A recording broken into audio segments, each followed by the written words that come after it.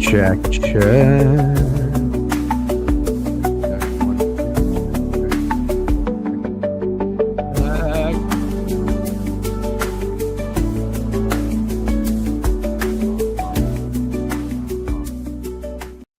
Hello. Good morning, everybody. Fuck!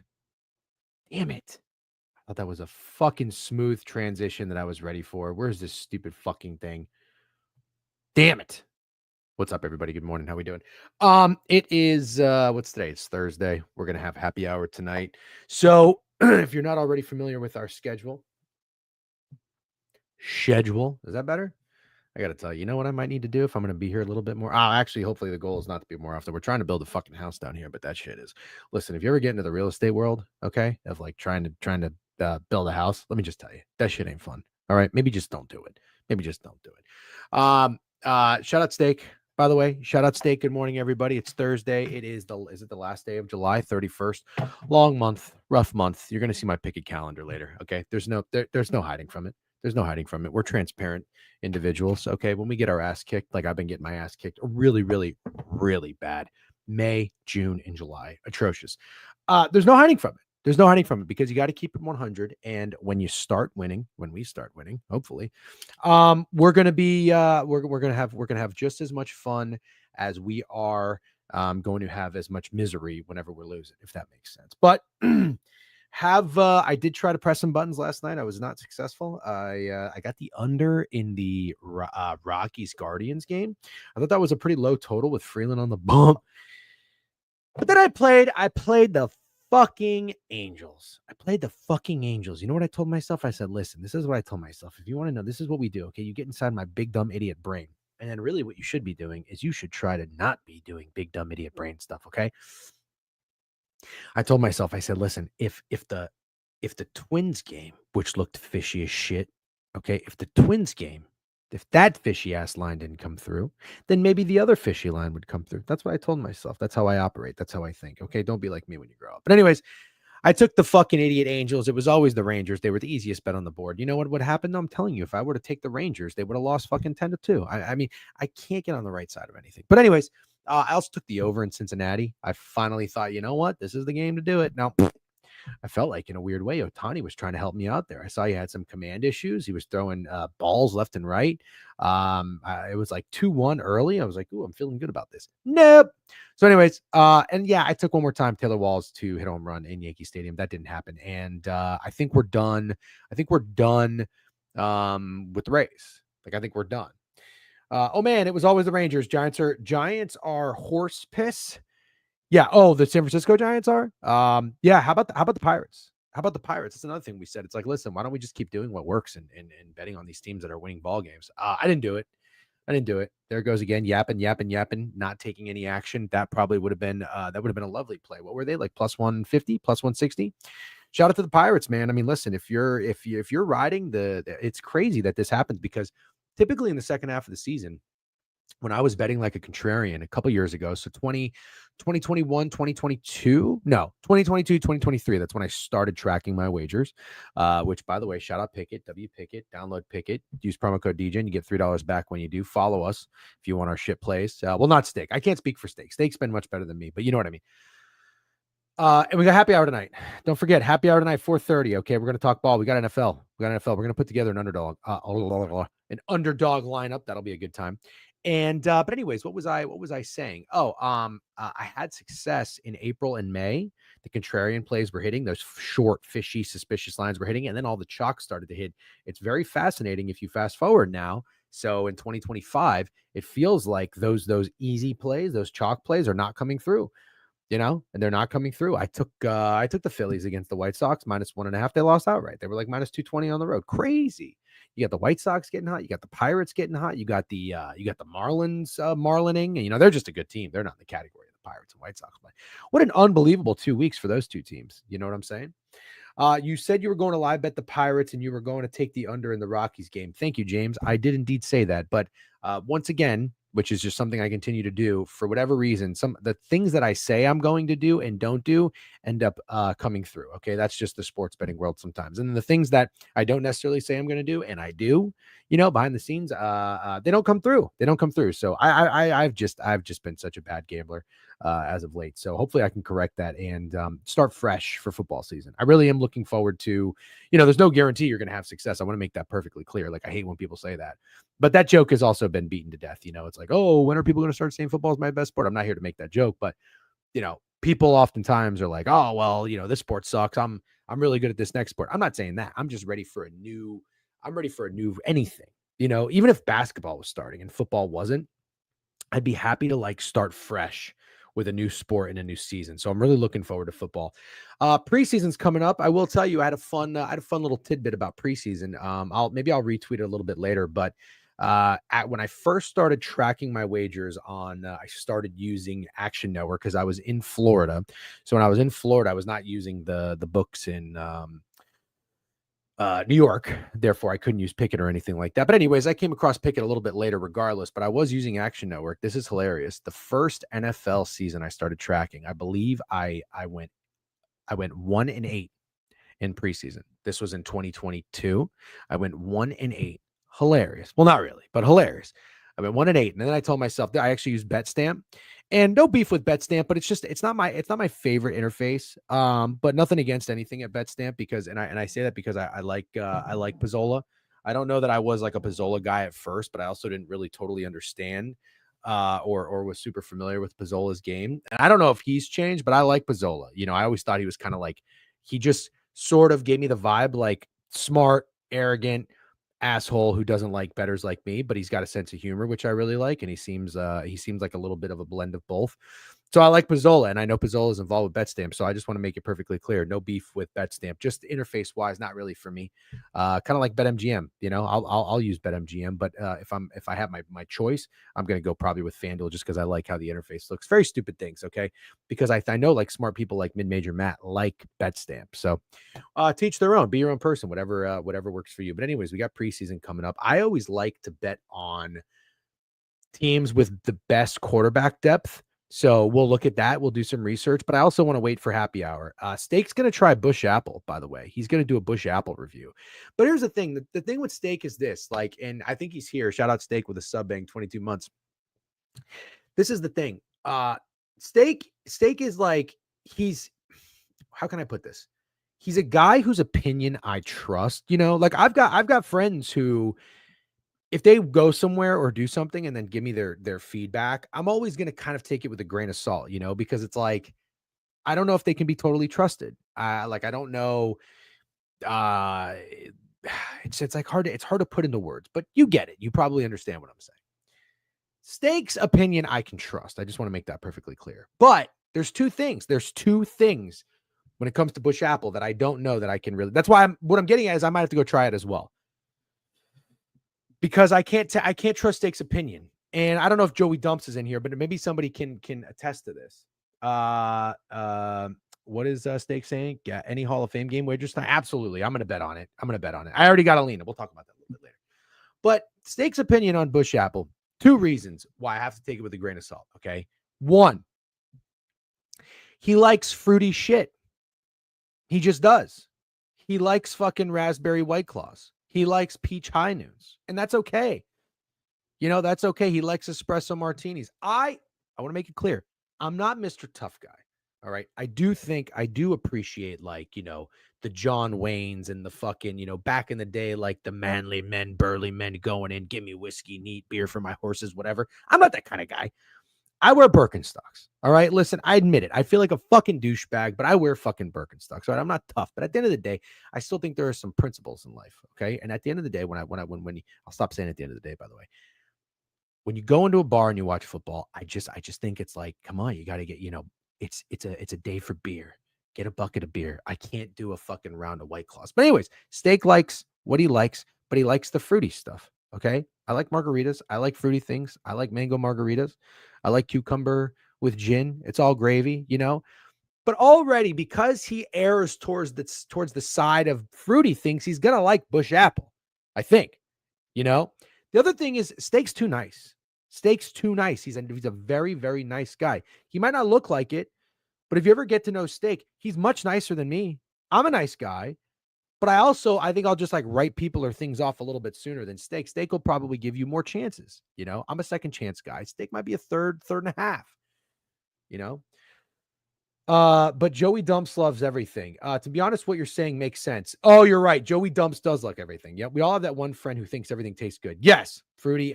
Yeah. And a wrist brace. That's right. Yep. He told me yesterday Daniel Jones was good. Okay. Joey Dumps is a problem. Joey Dumps is a problem. That's right. Yeah. He might not be the best guy to talk to. Yes, Ovi. See you there. We're practically best friends at this point. Yeah. Steak. Are you coming to pick it at the park? Yep. The Bush apple is pretty good. You will be surprised. I had Bush Light and it was too sweet. I'm assuming that Bush Apple. I agree, Mike Catherman. Here's my thing. I got a cousin, who Crocodile Kyle. All right, Crocodile Kyle. He's one of the best mechanics in Central Florida. At least that's what he says. Every time he goes to his job and he works on cars, everybody's happy. When he works on a family member's car, he's got to fix it like 3 more times because he did a fucking shit job. But anyways, that's neither here nor there. Crocodile Kyle, for whatever reason, like he loves sweet shit, and he introduced me to something called Screwball. You ever had Screwball? It's like peanut butter whiskey. That shit's disgusting. I don't want that. For whatever reason, I think I just when I drink whiskey, I like to burn. I like to taste the whiskey. Whatever you want to say, if it's an acquired taste. I think people would say that more about scotch than about whiskey. I don't like peaty scotch. Yeah, we want Tom updates. Hilarious. You're not going to get it. Crocodile Kyle's with a C, by the way. He's with a C. Screwball is nasty. Yeah, I don't like it. I like it. If you can tell me, hey, I'm bringing whiskey to the party, and you show up with Screwball, and you're like, here's the whiskey. By the way, it's peanut butter whiskey. I'm gonna be fucking pissed. I'm gonna be pissed. That's not what I want. You said you're bringing whiskey. Bring whiskey. So, anyways, what Kyle would do, he said, hey, I'm gonna bring a bottle of Crown, and we'll have some Crown and Cokes. Cool. Shout out Crown. Shout out Canadians. I like Crown. Little sweet. It's not a good like everyday whiskey, but it's good. I like Crown. Anyways, Crown and Cokes. This motherfucker brings a bottle of Crown Apple. And I was like, what the fuck is this? He's like, it's Crown. It's Crown Apple. It's great. Mix it with Coke. Ew. No, I don't want that shit. That's disgusting. You know what I'm saying? Steak would probably be like, I'll fucking take whatever you bring me because I'm a nice guy and I'm just so appreciative and blah, blah, blah, blah, blah. Here, you need to take the shirt off my back. No, fuck that. It's not the same. So that's what I'm saying. You got to take what Steak says on Bush Apple with a grain of salt. You know what I mean? Yeah, true. Peach Crown and lemonade. I mean, imagine being a grown man and saying, yeah, it's Kyle with a C. What are you talking about? What does that have anything to do with being a grown man? That's just that's how you spell his name. Graylish Calves. What if somebody said Graylish Calves with Kalvs? Would you say, no, it's Graylish Calves with a C? You probably would. Doesn't matter what your fucking age is. You could be 65 years old and tell me that. Kyle with a C. Yeah, it's Kyle with a fucking... Did I stutter? Am I freezing? I'm freezing, aren't I? My Wi-Fi is going out. Everything's freezing. StreamYard's freezing. I'm freezing. Am I frozen? My StreamYard's frozen. Am I here? I know that. Weren't you drinking watermelon Montauk or some shit? Yeah, bro. Have a watermelon Montauk. It's delicious. It's not like watermelon. It's just like a hint. You probably drink beer all the time. You don't even realize it. It's got fucking notes of grapefruit and all that bullshit in it. That watermelon Montauk is lovely. And I know Johnny Lazarus said I was 6 years too late. I understand it's been around a very long time. And funny enough, I think the first time I ever had it was 6 years ago. But I wasn't really doing a Twitter account or anything, but also it just like made a comeback, and I don't really feel like anybody appreciates it. It's so good. Oh, I'm good. I'm not frozen. Muted. Oh, your name's Kyle. Shut the hood up. You're good. You're all good. Okay. What's up, Hutch Bets? How you doing? Puddin'. Good to see you. What's up? Anyways, good morning, everybody. Thanks for hanging out. There's no Steak today because we'll see him on happy hour. All right. We don't like to overdo it and spread it out, but here's the plan for today. All right. Yeah, the plan for today is this. We're going to have Jovan hop in, which is great. I don't think there's any behind the lines today. So Jovan's making some time to come on and talk Big 12. Looking forward to it. And don't fucking come after me with like, oh, it's too much Big 12 talk. For the love of fuck. What else do you want to talk about? It's July 31st. Okay. You can talk about the Big 12 that's got more than 12 teams. Don't they? Actually, I think they have like 14 teams. You know what? I think I've realized something. I don't like things like this in sports that don't make sense. Why don't we just say, like, the conference was the Big 10 because it had 10 teams, right? And if it expands, I don't know that I agree with calling it the Big 10 if you have more teams. Call it the Big 15. I don't care. Isn't that accurate? It's like Kyle with a C. Fuck baseball, football. Let's talk August. Yeah, Pac-12 has 2 teams and they are the Pac-2 now. Yeah. Yeah, the Pac-6. You know, we should talk about Tom's peanut butter pie or Colin Morikawa. Yeah, would kind of rock. Yeah, because here's the thing. It's like if here it almost like holds you accountable to. Are you sure you want to make this change? You know what I mean? Break it down. Yeah, I'm into it. I'm into it. But you know what I'm saying? It's like, okay, oh, you want to fuck up the conference? You want to add teams? You want to take them down? You got to change the name. Then I think people would be like, ooh, maybe not. Maybe not. And I think that would be great. That'd be great. It sucks that the Pac-12 got destroyed when it finally started being good, We are going to break it down. We're going to break down Hendon Hooker. We're going to break down the Detroit Lions. You know what? Fuck it. Let's do it. Let's do it now. Let's just get started on it. The Big 10 is the Big 18. It's like when IHOP went to IHOP. That's very funny. But no, Snowman, IHOP, yeah, then they start making burgers. But what happened? They stopped making burgers. They did that. They realized it was stupid and they stopped it. That's kind of my point. You can't just start doing different things but still hold like the one thing that people can recognize. No, it's dumb. You can't sit there and recognize a brand or a name of something, but then you go in and it's totally different. And if you do that and people don't like it, you're going to go back. You know what I mean? I don't like that. Just redo the conference. Fuck tradition. Sure. Maybe ND should stop being scared and join a conference. I just want to make this very clear. Really, Dax pick Central Michigan over wins this year? Interesting. Yeah, IHOP was a Hall of Fame bag fumble. It sure was. I just want to make something very clear. As a Notre Dame fan who has a Notre Dame tattoo, in case you weren't familiar, on my arm, it's fading a lot. I've been wondering if I'm going to get it colored in or if I'm just going to remove it. I wish Notre Dame would join a conference. But also at the same time, like, I don't really care, and I didn't care for a really long time because it's like, why are you going to bitch about Notre Dame not joining a conference when them being independent means they can still play USC, Michigan, Stanford, and Stanford was worth a fuck, Michigan State.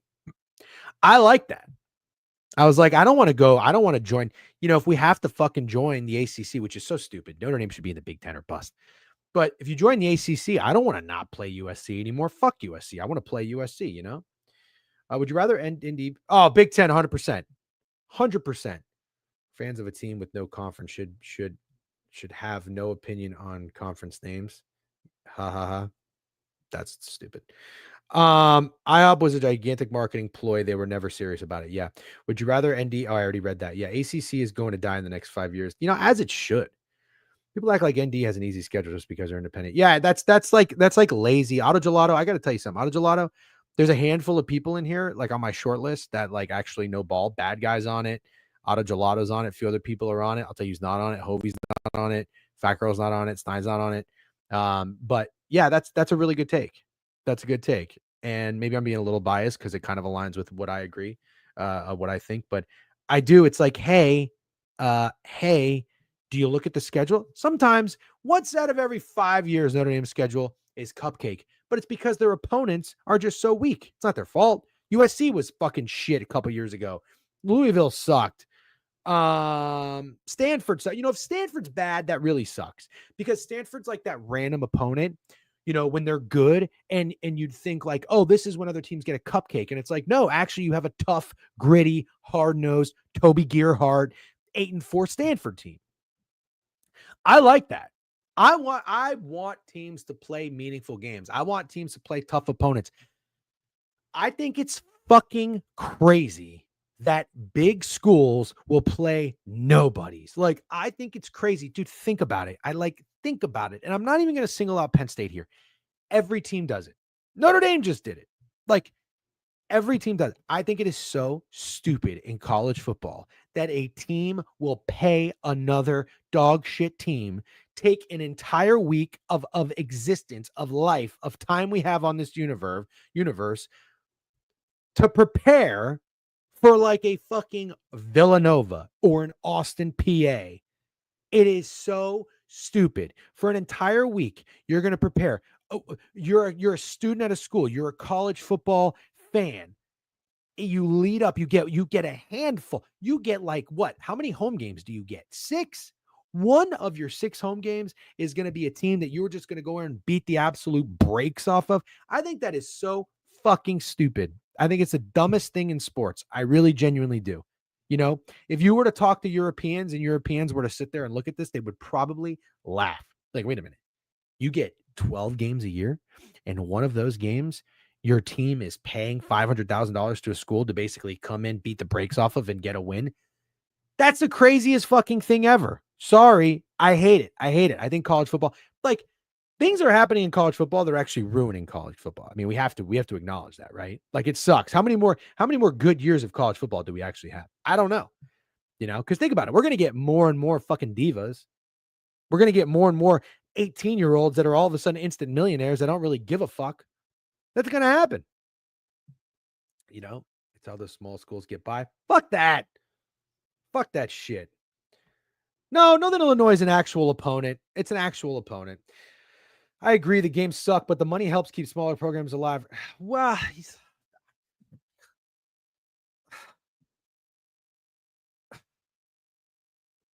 is there anything else we can do?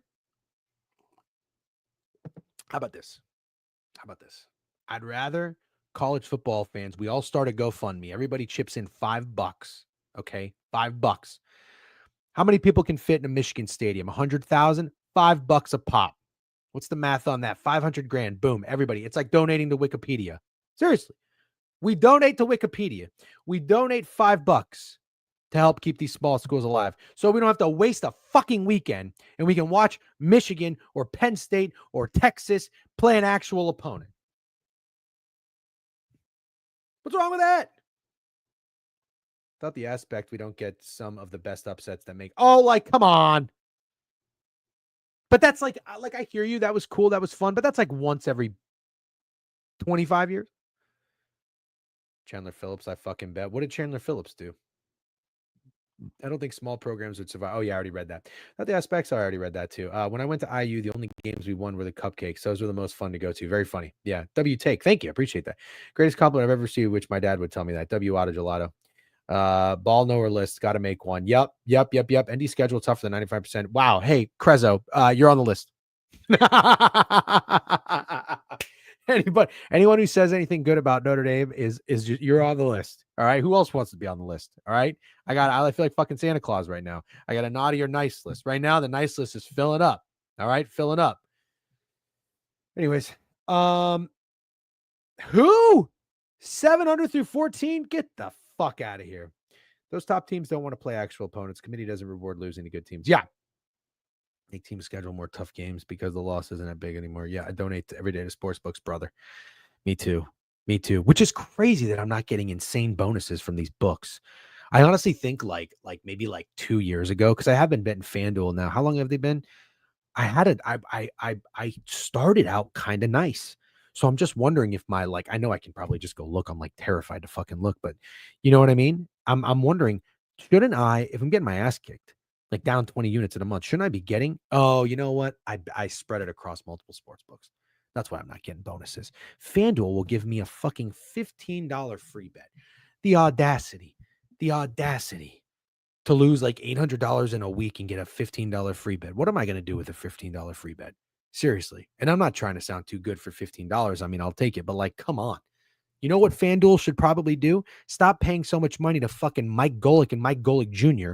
to talk about sports bet. Nobody gives a fuck about what they have to say. Sorry. No disrespect to those guys. They seem like nice people. But FanDuel is out there giving millions of dollars to fucking bussing with the boys and Golick Jr. who don't get what are these guys? These guys, you don't have to know about sports betting in terms of winning and losing, but these guys aren't actual sports bettors. They'd never been their entire life. They weren't born in the darkness. They're not actual degenerate gamblers. You know what I mean? They're just nice guys with a sports background. Will Compton and Taylor Lewin played fucking football. Mike Golick played football. Golick Jr., of course, went to Notre Dame. They know sports. And FanDuel's out there giving them tens of millions of dollars. Nobody gives a fuck. Hey, how about this? How about this, fuck faces? Okay. Whoever's in your little department making decisions, okay, your headquarters, why don't you give the guys losing money like me a little bit more of a free bet than 15 fucking dollars? What can we do with $15? Seriously. Okay. They promote. No, you got to be kidding me. You got to be kidding me. Promote who? This is what I don't understand. Who is saying to themselves, oh, you know what? I'm going to give FanDuel a shot because Mike Golick Jr. talked about it. Yeah, I don't even know that they suck. They seem like great guys. They really do seem like great guys. Like, I have a tough time criticizing them, but I have to tell you, I just think they were so much better as a part of Barstool than their own thing. That's how I feel about that. FanDuel said you got to keep depositing. Yeah. Saw a clip of Golick talking ACC bets the other day. Horrific listening. Yeah. I saw something that Notre Dame has like the most former players' sons on their football team. Can you at least try to hide the nepotism? I mean, we had Chris Collinsworth's son. I think we might have even had two of his sons playing fucking safety. Does anybody remember that? We had David Robinson's son as a wide receiver. We had Torrey Hunter's son.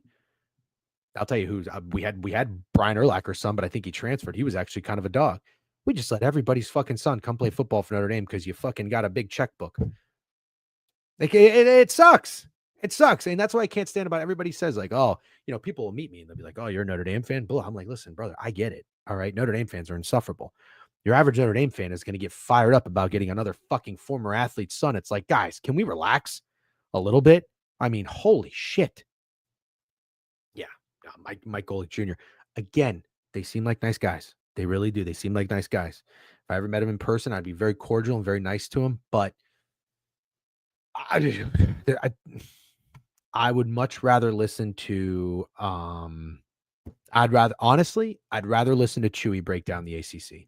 And that is not a slight at Chewy. Okay. But Chewy, I've turned your stream on a handful of times. I've seen you do a somersault on a bed. I've seen you eat ice cream. I forget what else I saw you do. I think I saw you play GTA and there was like a virtual stripper giving you a lap dance or something. I would legitimately rather listen to you talk about the ACC than I would listen to Mike Golick Jr. talk about the ACC. And again, that goes back to my point. FanDuel said these guys got fired. Mike and Golick got fired by ESPN. They got fired. They got let go by, not fired, but they didn't get renewed by DK. And FanDuel says, hey, let's who's making these decisions? FanDuel signs Golick and Golick Jr. Meanwhile, they're giving fuck faces like me, idiots like me, losing hundreds of dollars a week in their account. $15. Have you guys ever worked in the service industry? I'll tell you what that's like. That's like having a $100 tab and like tipping $5. That's what it's like. You ever done that? No, you wouldn't do that. You wouldn't do that. Come on. Anyways, I think since I've turned the stream on, I have not stopped yapping. I don't even think I've taken a breath. I don't know what I've said. I don't know what I've talked about. I legitimately sometimes black out and just start talking. I don't know if I've made any sense. But it's 10:55. Okay, it's 10:55. I think it's probably time to maybe get Jovan up here and start talking Big 12. So just a reminder, because I don't want people like, oh, we just talked about Big 12. Shut up. All right. It's football. You can talk about a conference more than one time, especially a conference with more than 12 teams, even though they call themselves a Big 12. It's a big, I don't even know how many it is. It could be the Big 20 for all I know. It's a lot of fucking teams. Steak and I don't know shit. Okay. We don't know shit. We're starting from scratch. And I think we did an okay job. We got familiar. Look at the big board. You see the big board? Actually, it's not that big of a board. You see the little board? Okay. The little board says out Arizona State, Kansas State, in Texas Tech and Dampier. All right. Jovan, I'm sure you guys are familiar with Jovan, obviously, when behind the lines, but maybe some of you aren't. Since I've been following Jovan and have known Jovan, he seems like a very, hold on one second. Just 6:30 or a 6 to 7. Okay, I got to get right back to somebody in a second. I have dubbed Jovan the Big 12 Whisperer. Now, I have nothing to back that up. I honestly have no idea at the end of the day if he's good or bad in betting in the Big 12. I have no idea, but I like his opinions. Okay, I like his opinions. I like what he has to say. It's good knowledge. It's good. When you are talking in before a season, before a play, before a snap of college football about guys transferring, about recruits, okay, I honestly wonder, like, how the fuck do you know anything? How do you know anything? But it kind of makes sense because if you went to a school and you have ties and you've really followed the conference, that's like, to me, that's probably the most trustworthy type of person on not telling me what to bet and what not to bet, but just like, is this guy worth a shit or is he not? You know what I mean? So, anyways, I just realized I haven't sent Jovan the link. I should probably do that. Jovan, I will send. Should I send a DM or text? Actually, I've sent you a text before, and I think that's worked just fine. I think. Hold on. As of now, just 6:30. But if anyone else comes, I will let you know. Sorry, I got somebody covering an open house for me tonight. All right. Just sent that to Jovan. And just a reminder, guys, now that I see that everybody's in here, by the way, thanks for joining. Jovan is Nuck. What does that mean? Is that good or bad? Nuck if you buck? That's the only thing I really know about Nuck. Is that good? Is that a good thing? I don't really know what that means. I'm going to assume it's good. Trent, shout out Trent. He came into the, I went on TikTok for like 20 minutes yesterday going through the baseball board. Trent is also in piss, but I didn't know if Trent had a winning play yesterday. I didn't. I didn't. I had the under. I had the under in the fucking Guardians game. That's all I really had. I gotta tell you, listen, I'm hitting a wall with baseball. I'm still trying here and there, but my God, it's just ruthless. Anyways, I'm gonna give you guys the link right now. Do me a favor, go to this link. Go to this link. It is the Bookit Sports YouTube page. All right. Click it, subscribe to it, and we are going to be live later tonight. I will pin this in the Twitch chat. I see that we got 105 people in here. Thank you. We'll be joined by Steak. We're doing a Bush Apple review, giving you a pretty good background on Steak, who's trying it and what to expect. If you didn't listen, you can always rewatch the streams or the videos, the VODs, I believe they're called. I didn't know what a VOD was for a very long time. To my understanding, it's video on demand. Makes sense. But you can go back and watch it on Twitch. You can watch it on YouTube. You can do whatever you want. What's the topic of discussion for happy hour? Well, we're going to dive into the preseason game tonight. That's what we're going to do. We're going to dive in. I think I was told that you can probably bet on props on underdog. I've got some thoughts. Football is back. Baseball is dead. Yep. Did you see the strike 3 call yesterday on the Orioles and Blue Jays? No, I did not. Did Beef tweet it and say that the guy should be fucking killed and his bloodline ended? Rangers easy POD with the Evaldi. Yep, too easy. And I'm an idiot and I tried to get contrarian. It didn't work. How many subs to book a talk about how bad the Rays are? I'm actually going to do a Rays Glaze tomorrow with Drew, which is unfortunate. Actually, while Jovan comes on here, maybe we can get his quick thoughts on the Rays. That's probably how you guys want to start. Jovan, good morning, dude. Thank you very much for hopping on. Oh, you are in your Cincinnati Reds gear. Are they treating you well? Are you a Reds guy? I know you're kind of a Reds guy.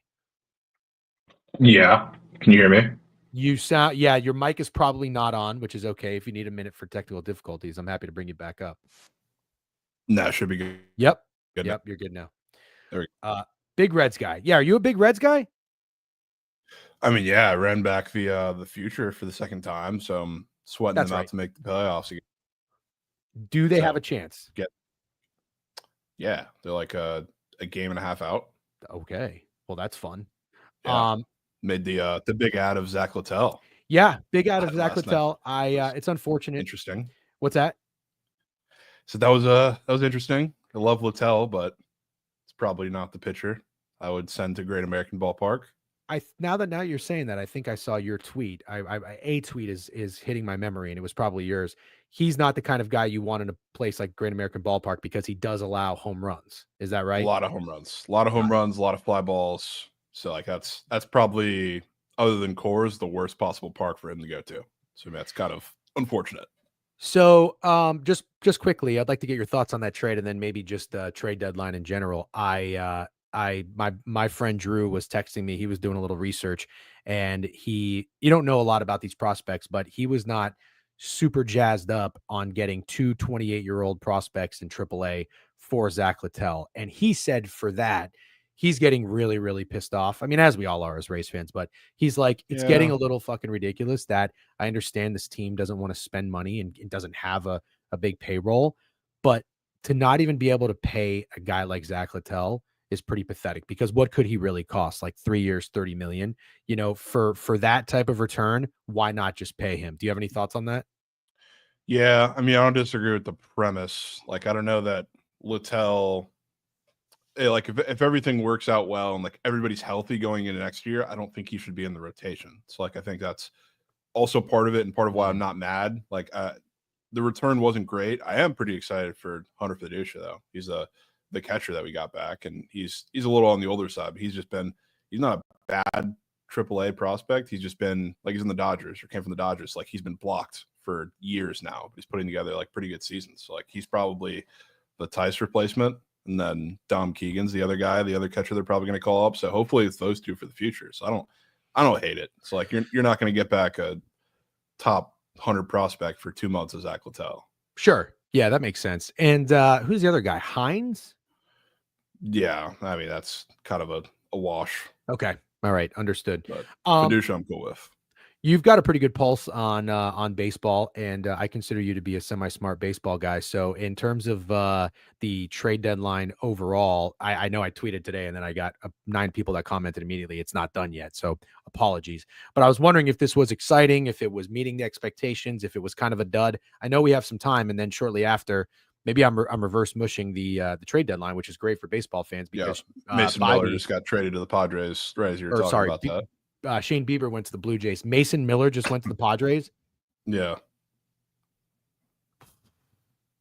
That's a good. I mean, he was the best closer available, right?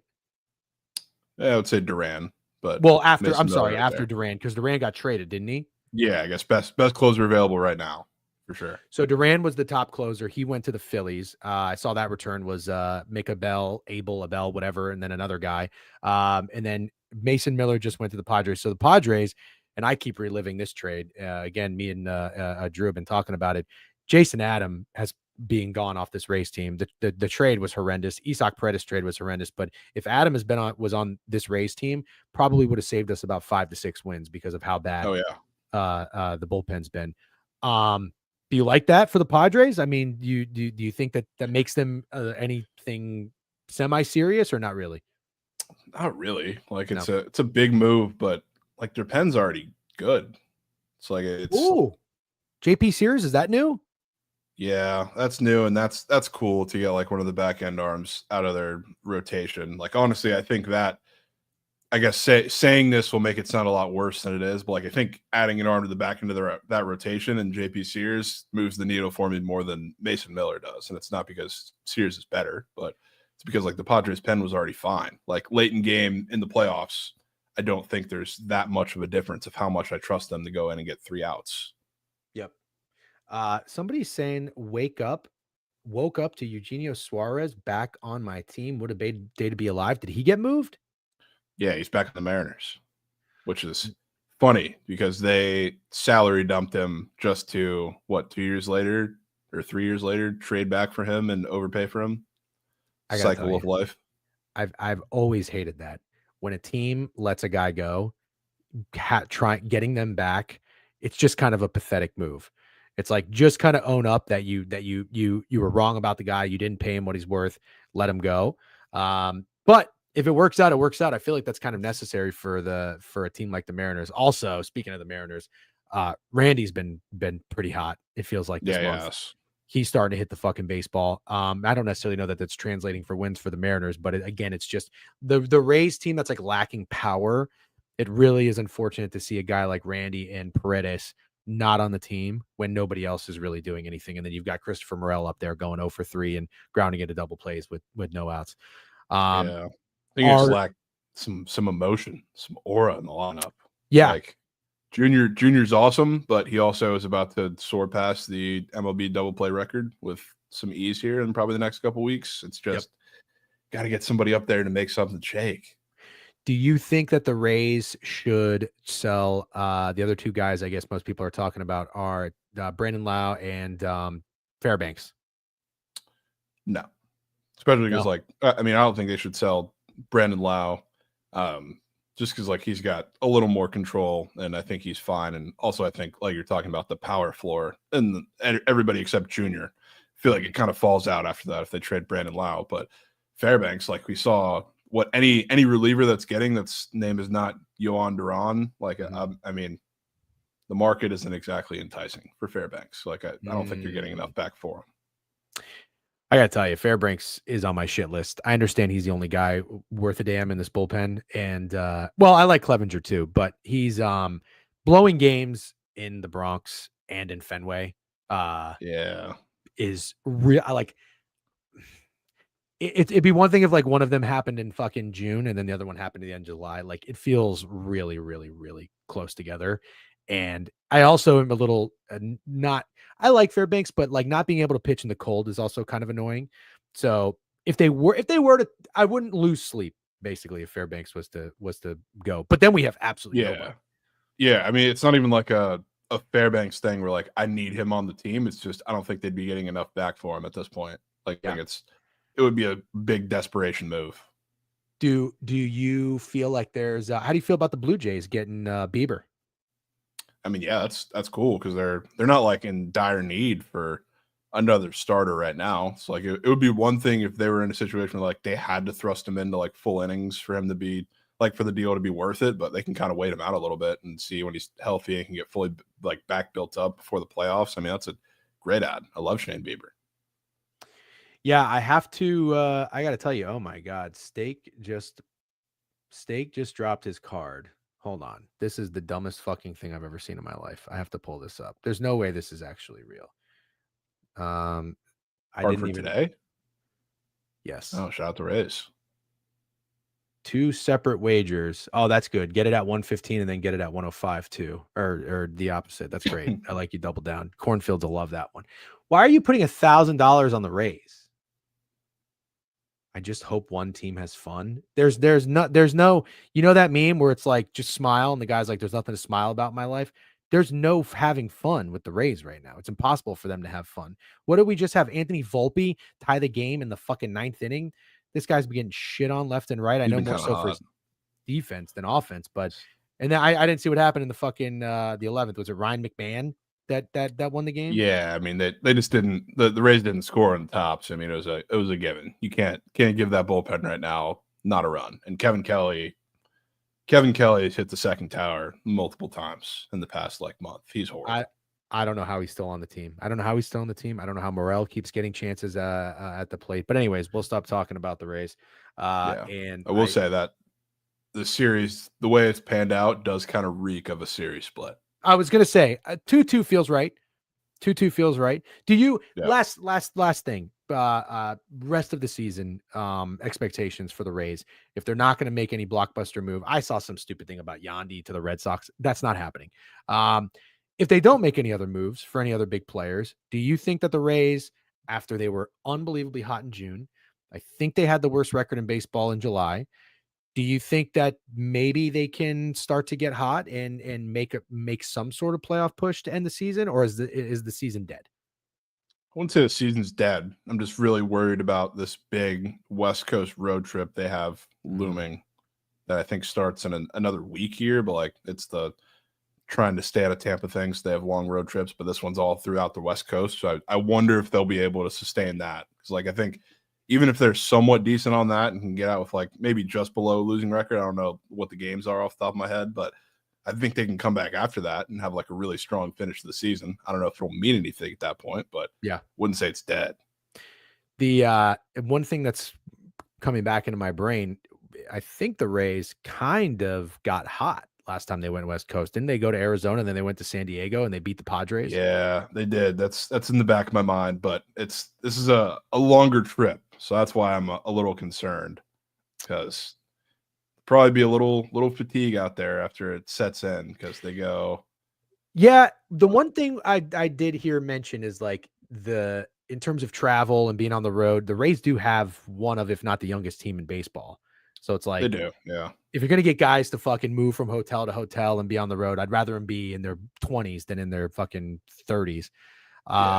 This But one yeah, is a 12-game West Coast road trip. Stretches from August 4th to August 17th. They go Angels, Mariners, A's, Giants. I'm gonna go ahead and Angels, Mariners, Who Giants? A's. Angels, Mariners, A's. Well, I got to tell you that's okay. I like to do this. What's this? What record is a success in your mind? 12 games. Anything over 6-6? Anything over 500, I'd say. Okay, Is so a 7-5 success. is a win. Yeah. I think that's doable. I mean, the Giants have been terrible. I just heard this stat the other day. Since they traded for Rafael Devers, the Devers, I always forget. The Giants have the worst record in baseball. Yeah. That's crazy. Well, I just hope that if anybody from the division makes it and it's not the Rays, I just hope in a weird way that it's the Blue Jays. I don't want to see the Yankees and I don't want to see the Red Sox. I wouldn't mind. I have a soft spot for the Blue Jays and they never win anything. So let them have their time. But all right, you're not writing the Rays season off. I'm good with that. I'll hold on to a little bit of hope as well. Jovan, in terms of college football, so I have been listening to Behind the Lines, and by the way, there's no show today. Is that right? No, not today. Okay. Krabs is traveling, but there's also like 3 games on today, so Yeah, probably wouldn't have done it anyway. So you guys have your format's been typically that you pick an NFL team and a college team, right? And you kind of So we're going. Sorry to cut you off. But we're going day by day in terms of like the NFL, going through the divisions and all the teams one by one. Divisions are grouped together, and then we're going through the playoff. Like we've gone front to back, so 1 seed to 12 seed of who we think is going to be in it. And I think tomorrow we're on the 12 seed, so we'll be doing our group of 5 team. Okay. So I did hear you guys are buying Penn State. Yeah, but I mean, for me, it's kind of by default. It's like I love the spot for them against Oregon, like because I love fading the team, especially the Big Ten, like the West Coast teams that go east for a big game for the 1st time and vice versa, and that's the big game on their schedule. It's like it's kind of by default. It's like the Clemson and Penn State love and LSU love. I guess you can throw that in there, even though I'm a little lower on them. I think like it's a little tough to say everybody's on this year because like all the top teams have moving pieces at quarterback or new pieces at quarterback, except those teams. Like those teams are kind of loved by default. It's a very good point. Would you say between Penn State and Clemson and LSU? Actually, no, we'll take Penn State out of there. Between Clemson and LSU, who do you have more confidence in making a push? Clemson. Not even close. Not even close for me.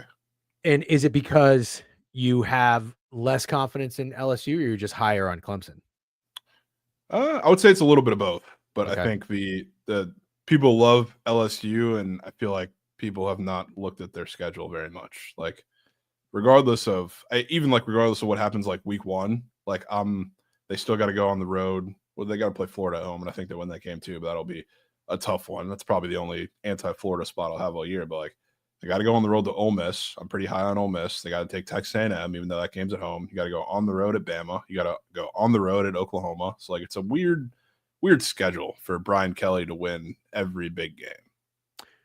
I did say when Brian Kelly got hired that he would win a championship at LSU within 5 years. And I said I was going to bet it every year for 5 years. And I think I did it the first 2 and stopped because his like there's just sometimes there's some things where it's like you already don't really get off to a good start and it never really corrects itself. Like, I mean, everybody probably remembers when Brian Kelly got hired at LSU and he did the weird Southern accent and my family, at the halftime of the basketball game. And then he did like the recruit, picture.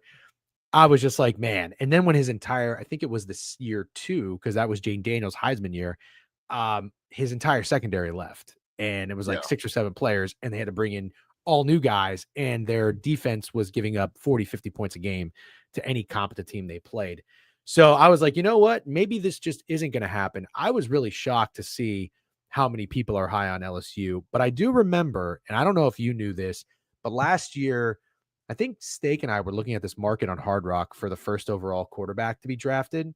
And Connor Weigman, by the way, was like 35-1, which was absurd. Oh, yeah. That guy fucking sucks. But Nussmeier is another one.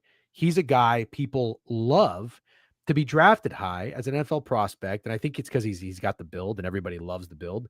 But I don't know. I mean, when I watch LSU, I can't tell you that like I'm all the way in love with Garrett Nussmeier. And they always have really good weapons at wide receiver, but he's got a good offensive line. I think last year that was like their strength. The left tackle got drafted, but I think even this year they're supposed to have a really good offensive line. Are you a Nussmeier guy? I'm a Nussmeier guy just with a little bit of caution, which like again, like I think a lot of the love for him is because you look at the top teams, like you have LSU as Nussmeier, Clemson, if you want to call them a top team at this point, but like they have Cade Klubnik, Penn State as Aller, like Ohio State has Sayin coming in. Nobody knows what he's going to be. Notre Dame has CJ Carr. Nobody knows who he's going to be. Oregon has Dante Moore. God knows what he's going to be. Arch Manning's new. Like there's so many new quarterbacks that again, like the only ones that have a competent team coming back, people are going to love by default. So like I'm in the same boat. I respect Nussmeier. I just in all of these big stages, big games, there's been some questionable decision making to say the least, and play calling hasn't helped them at times either. But I got to see it first in a lot of these big games, both from him and from Brian Kelly, because you need both. You need both of those to happen at the same time for multiple games. I'll see it, or I'll believe it when I see it. I will say, and I always make this very, very clear because Brian Kelly is he's an interesting head coach. People have very strong opinions, typically towards the negative side, but he seems like a piece of shit human being, and he doesn't seem like a very good guy. Yeah, I think he's a fantastic football coach, and when he coached Notre Dame, like I was still like pretty into it, watching the practice videos, the press conferences on the Rivals website and everything. And he just gets everybody locked in, and he really does get the best out of his players. For whatever reason, I am shocked that he is not able to get that with the players that an SEC school like LSU can recruit. And it almost feels like people are like deterred from wanting to play for Brian Kelly, and they'd rather go elsewhere because he's not like the friendliest like players coach type guy. He's an asshole, and he instills discipline. He's pretty good at hiring coordinators. But I always thought what held him back was the type of talent. Like you can only get so much talent at a place like South Bend, Indiana. So going to LSU, I really thought, I was like, well, this is it. Like this is all he needs because he can get the best out of his guys. So now you give him the best players and talent in the country, he's going to win a championship. But it's really been the opposite effect. So I guess this is kind of.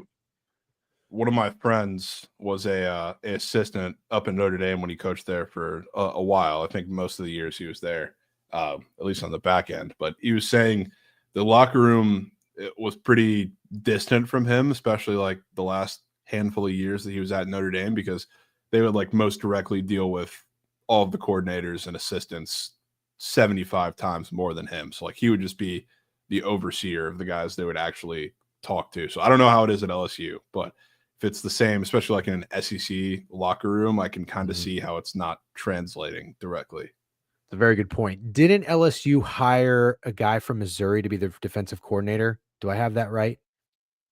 Sounds right. Baker or something?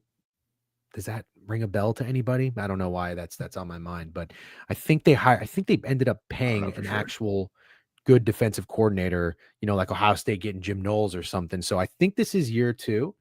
Happened right. Baker. Happened last offseason. He did. Yeah, no, I didn't forget that. That was pretty fucking wild. Yet another steak banger. I'm supposed to go down to LSU for the Florida game. Can't wait for that. Yep, they did. Right. Yeah. What is that? Is it Blake Baker? Maybe that might be. Yeah, I just looked it up, Blake Baker. But I think this is second year. Yeah, which what I was going to say is I like that. I like a year 2 of a defensive coordinator. So I'm looking at the Heisman odds right now. Nussmeier's 9-1 on FanDuel. Do you have a Heisman bet? Yeah, I mean, I usually try and not take the favorites. Like in reality, like Nuss and Arch are probably going to be in New York, but I like taking deeper shouts. I like Austin Simmons from Ole Miss. You're high on Ole Miss this year, huh? I am. Just when everybody's out after darts. Are you a dart guy? Were you a dart guy? No. Yeah, I'm not never really. Was, never will be.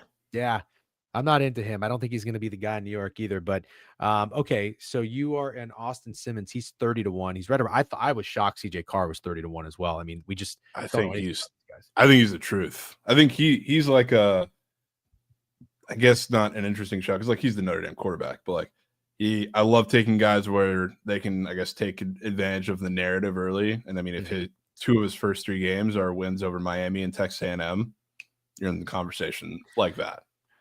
That's a really, really good point. That's a really good point. It's also, I mean, for a first year quarterback, it sucks you don't get a fucking patty cake game to kind of get some Yeah, live action. But yeah, no, you're right. I wanted to ask you. Well, we'll get into the Big 12. I'm kind of like slowly getting into it. I don't think we have too much of a rush because it's 11:20, and I know we don't have many baseball games on tonight, so there's no need to really talk about that.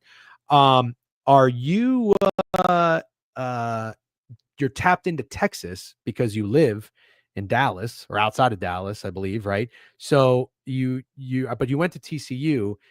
The Arch Manning at Texas hype this year is, I'm just curious, what's the pulse of the Texas fan base? Because I feel like for the most part, they're kind of like Cowboys fans.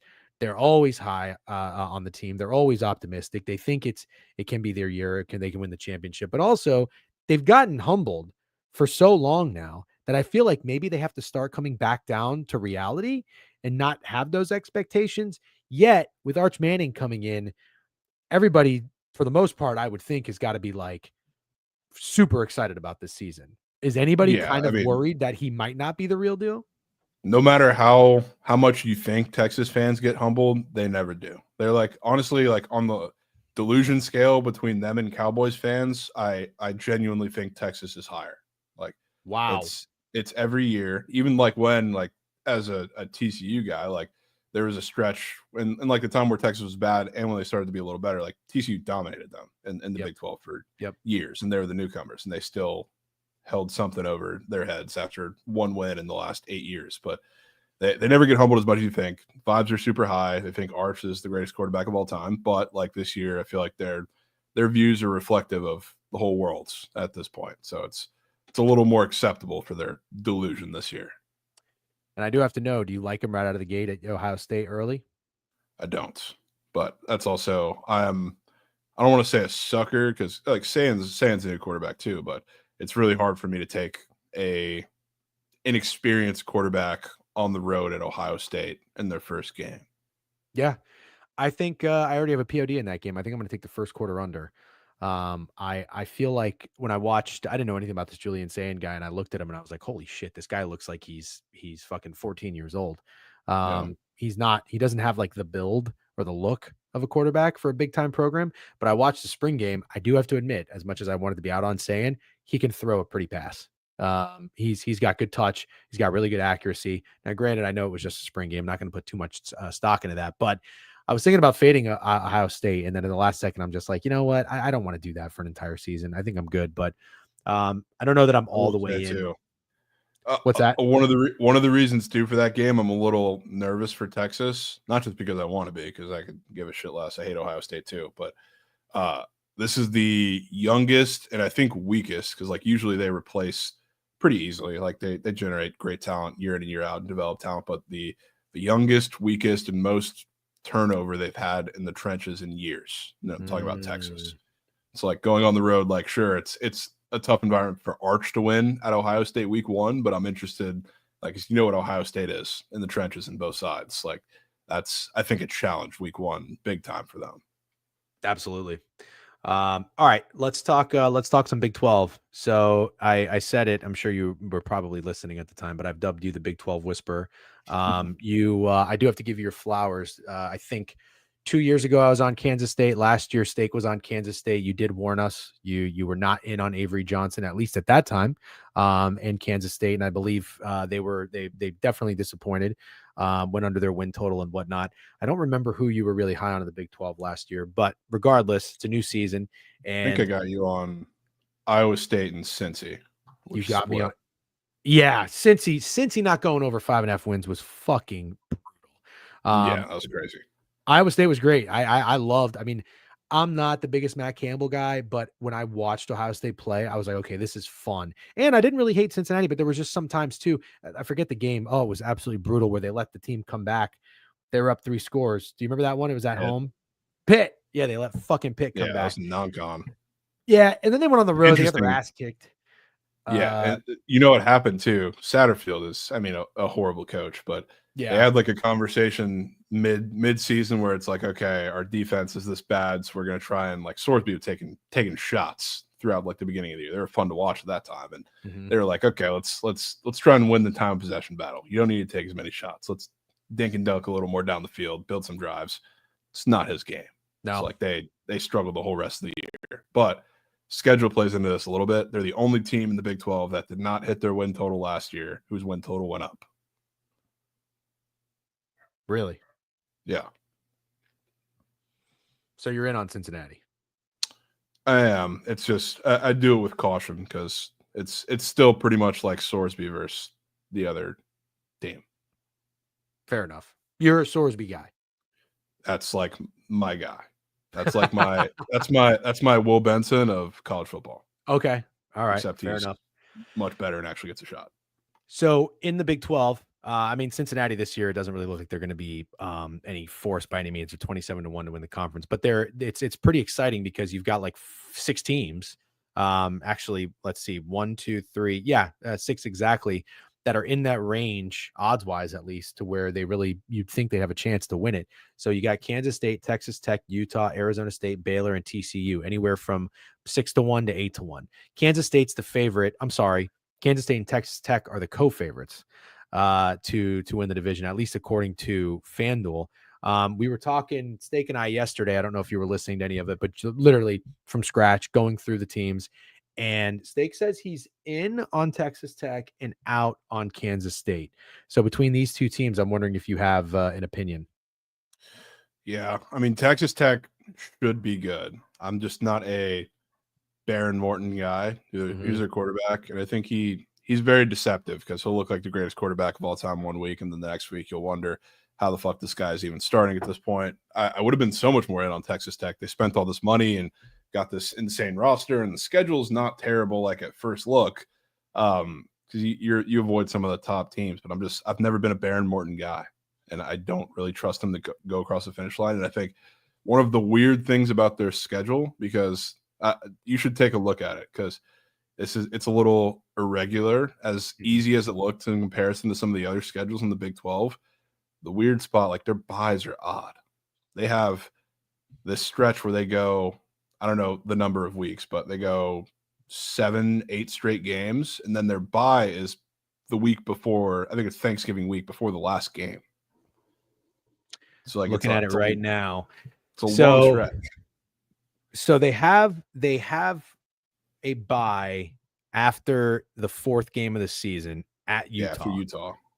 Which is kind of unfortunate. I mean, it's I was going to say you might want to buy before a big game, but I actually don't hate that they have the schedule in the beginning to lead up to Utah, because you get 3 straight home games, and it's kind of like Michigan. You get 2 patty cakes, you get 1 semi-decent opponent before you have to go on and get a big test. But I get what you're saying, though. So this is weird. You don't usually see this. We went through the schedule yesterday, and I don't know how I didn't catch this, but they have a bye before the last game of the season. That is really weird. Really odd. Like, I don't know that I see that too much, especially in the Big 12. So, like, that whole stretch of football, like, they go to Arizona State, and you got to come back home. And Oklahoma State shouldn't be a tough game, but for whatever reason, it always seems to be more years than not. Then you got to go back on the road and play Kansas State. Then you got BYU coming. So, like, that looks like a stretch of football to me where you gimme them some of the home games, and I guess the grind of going on the road against those tougher Big 12 opponents gets to them, and somebody sneaks them at home, especially if you're waiting on that bye week to come until Thanksgiving. So I didn't realize this Morton guy has been at Texas Tech since 2021. Yeah, he's been there since they were, I guess, more Moose, even though I was, I guess, last year. But yeah, so he's been there a while. He's just been very hurt. He came in because Shu got hurt, and Donovan Smith. Shout out Donovan Smith. So, okay, he's 23 years old. I guess there's things to like. I don't know enough about him, so I'm not in. But that's a good point about the schedule being a little odd. And then what about Kansas State? Are you going to double down on fading them, or do you think that this could be Kansas State's year, because a couple people have said Steak was a year early on K-State and they like them this year. Yeah, I'm good on K-State. I will, as much as I'm not a Baron Morton guy, I'm 55 times not an Avery Johnson guy. And I'll No say this, like shit. I will give this to him and to the team, like for this year and last year. Last year he was a little injured, so I don't think he was able to fully look like himself and part of that offense. He became a pocket passer sometimes. Like if you do that, I mean, he's never going to be good because he's not a pocket passer. He's a runner. He's got to run for 100 yards a game for them to have any solace of an offense against good teams. But going into this year, the schedule's favorable. They probably have the most favorable schedule in the Big 12, except for that week 1 game against Iowa State, where I certainly do not like them, despite how much everybody else seems to. But that's a weird game to kind of open with. I think that's a grinded out game, and I don't love starting your season off like that. So he's still pretty young. I didn't realize he's 6'3", 20 years old. Looks like he's also been at Kansas State, but just for 2 years. So this is year 3. Yeah. All right. Well, I will say this. I thought I was going to be a big Avery Johnson guy because of the way I was, and I think maybe everybody was kind of introduced to Avery Johnson. That fucking Pop-Tart Bowl performance or whatever it was 2 years ago. I think it was the Pop-Tart Bowl when Kansas State played. Yeah, I think you're playing NC State. Yeah. That was like his first start. We were downtown. It was in Orlando, and Steak and I were in downtown Orlando earlier that day. And we were leaving. I forget what we were doing, but we were leaving, walking to our car. And we ran into a group of like 5 or 6 Kansas State students. Shout out to any of those guys if you're following the Degenerate on Twitter. But we were talking. We are like, hey, we're big sports bettors. You guys are going to the game. No bias. No bias. Like, does Kansas State give a shit about this game? And there was like no hesitation. They were like, oh, yeah, Kansas State gives a shit about this game. And they did. They played their ass off, and Avery Johnson was pretty good. And I was like, all right, we're taking fucking Kansas State. Simple as that. But anyways, that was fun. Are you okay? So you're good on Arizona State. You're not out, but you're not in on Texas Tech for a couple of reasons. Here's a fun team that I didn't realize would be very fun, because last year they were the opposite of fun. But now they've got something that seems to be exciting. At least this is what Steak and I came across going into or diving into Utah. I'm a Kyle Whittingham guy. I've always been a Kyle Whittingham guy. I kind of wanted Notre Dame to hire him whenever the coaching job was up for grabs, and they went with Brian Kelly. But they've got a new guy that I've never heard of, this Dampier, and he seems pretty exciting. We looked into it. I mean, 1,200 yards rushing as a quarterback. Seems like he's not a great, but not an inept passer. But it's a Utah team that's returning 6 offensive starters, I believe, and everyone on the offensive line, which I love. Yeah, for a Kyle Whittingham type team, and they're returning half the starters on defense as well. So curious to know what you think about Utah coming into this year. Yeah, so like Texas Tech and Kansas State, I guess I respect a lot more, and I don't really care to fade them during the season, or I guess before the season, because I think they'll be game to game teams. But Utah, that's easily, out of all of the teams in the Big 12, the one that I have the most questions about out of the top teams. Because you know what I can't get around with Utah. I get the Devin Dampier hype. He's a fun guy. He's great. I don't think he's a great passer. And just like Avery Johnson, I don't think that works too well, like in the outset of this conference. But they have a generational offensive line this year. Like Spencer Fanu and Caleb Lomu, those are probably going to be 2 top 10 picks in the draft. So now that you have Dampier, they're moving to a little bit more of a spread offense, with the O-line being the strength of their team. Like they're going to run the ball, and Dampier will do that as much as like the running backs will do that. But you're kind of moving away from this, like what should be the strength of your team with this offense. And Dampier is not going to be throwing to a single wide receiver that was on the Utah roster last year. So and the running back's new too, as talented as he is. So like every skill position on the offense is a transfer player. And you have an O-line that's coming back, which is a great crutch. But for me, that seems like a lot of big time turnover and overhaul for an offense like Utah. And Whittingham's a great coach. I think this could be one where maybe they slip in like some of the bigger games early in their season, and they eventually like get hot towards the end of the season, like a Baylor did last year.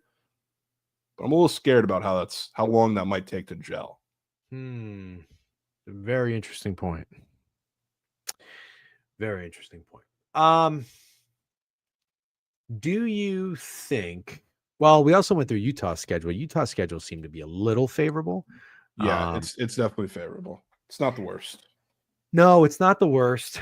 You do make a good point though. Okay, well, this is good. This is good. You're keeping us in check. All right, Arizona State. There's always these teams every year. I'm not going to run through what I said yesterday because it's a 2-3 minute rant about how teams in college football come out of nowhere. They surprise you, and then they're bringing back a lot of the core and the same guys. Now they have these new high expectations. Everybody starts to run and bet on them, and then they disappoint. And you're like, how the fuck could this happen? You know, Arizona State seems primed to be that team this year. But Yeah, it is interesting.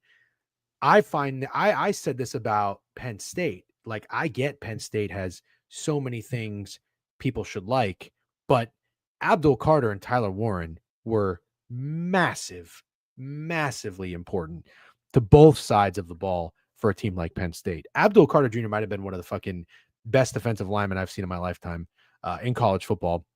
And Tyler Warren was just a guy that just did everything for a guy like Drew Aller, who didn't really seem, whether it was receiver's fault or Aller's fault, whatever. But that's not the point of the conversation. yeah. Cam Scatterbo was a college football dude. Like, he was just that guy. He turned something out of nothing so many times. He was awesome. Like, he kind of felt like a Johnny Manziel of running backs. Not having him seems like it's going to be a pretty big loss, but it doesn't really seem like anybody cares because Levitt's coming back. You got the same head coach who is like, I don't know if people do or don't like him, but he's young, young and a little fun, and they got a lot of enthusiasm. And then it's bringing back a ton of starters, which of course everybody also likes. In a conference like the Big 12, it feels like Arizona State's getting crowned already. Are you buying them or selling them? That's the one I feel most confident of the teams we talked about selling. Selling.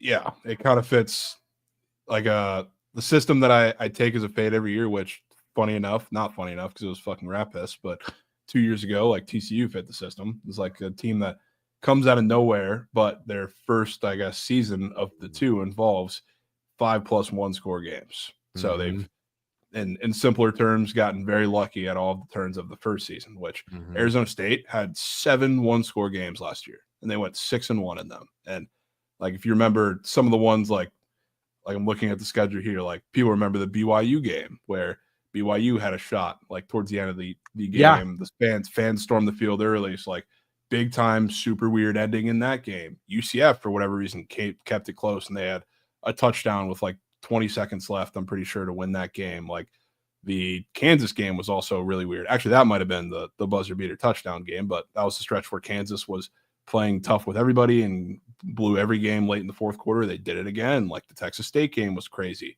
at Texas State, where that game was back and forth, and they had a field goal to win it at the end. So like there was a lot of luck, and I was pumping Arizona State up, and Sam Levitt I think is really good, and Kenny Whittingham I think is going to have that program on a pretty high trajectory for a while. But everything went right for a majority of that last season, except for Sam Levitt missing a game and them losing by 10 to Cincinnati when Jeff Sims was starting. That was about it. Like everything went right, especially in close games. Like they got every bit of luck, and I'm not talking about subjective luck. I'm talking about objective luck, like the stuff that you can actually physically measure, because that's an actual stat. So I feel great selling them. It's also the fact that out of last year, like you play 9 Big 12 games, and out of because there's 16 teams in the Big 12, out of the bottom 8, they played 6 of them. Oh, wow. That's interesting. I'm you don't have to twist my arm. I'm absolutely in on fading Arizona State. And also, I'm looking at that Kansas game. Sam Levitt at home only had 157 yards passing. That's not very good. I'll say this. When we went over this yesterday, the two things I liked the most were fading Arizona State and then potentially buying into Dan Pierre. It also looks like Deej, who's a very sharp college football guy. Dan Pierre lost to Montana State last year. Not a guy I'm backing at all. He can't throw. Okay, fair enough. Yeah. Good take on Arizona State. I don't think any more really needs to be said, but I have another team Stake is in on.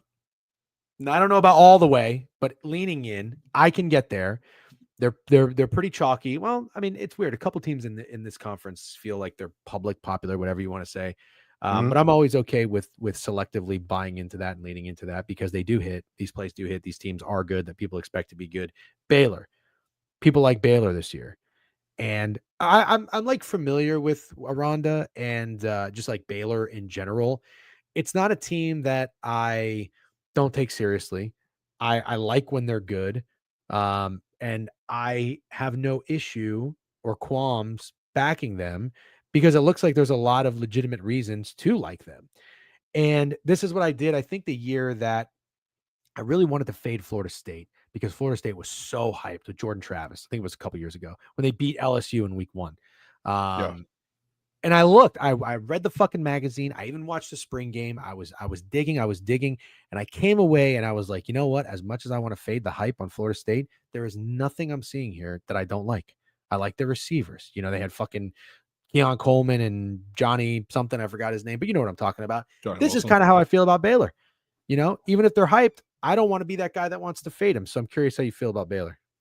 No, as much as it pains me to say, as a known rival, or TCU's a known rival team, that's the one hype train I think I am buying in the Big 12 is Baylor. Because that team, which maybe it's a little biased in the sense that the cow slurp for the not last year, I didn't really care that much for the offense last year. I was kind of buying into the defense, but the initial cow slurp was because they got a play caller back, and his name is Jake Spavital, who is like a QB absolute guru. Like the offenses he runs with the like spread, like alter, almost like it's a leech scheme, but it's a little bit different. It's more like modified. He was at Cal that last year, the first year that I started getting interested in them. He's at Baylor now, and he was at Baylor last year. And that's when the offense, you could tell there was a pretty stark difference in like what the offense did second half of the year, which the schedule played a part in that too, admittedly, but the offense was seamless. And I think it's perfect for a guy like Sawyer Robinson. So now that he's there in a year or two of this little offense, I think it works perfectly. So like the schedule's tough for Baylor, don't get me wrong, but they're a team that I would certainly buy. Like probably the biggest spot that I've circled on the schedule for any of these like big Big 12 teams is Baylor hosting Arizona State for, I think that's the first Big 12 game. They will be winning that game. Wow. Okay. All right.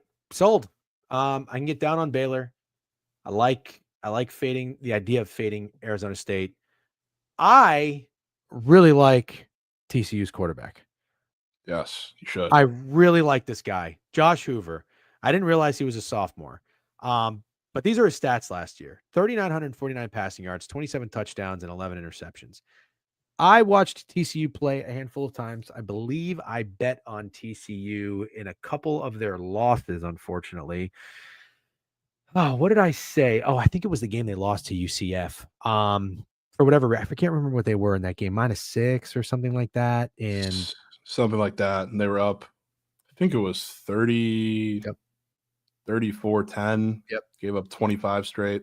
It was just, I remember just thinking, I was like, oh, I don't know if UCF was like trendy dog because they had that weird win or something in their schedule, and everybody might have been into UCF. And I was never in on KJ Jefferson. Like they were a really trendy team going into last year too.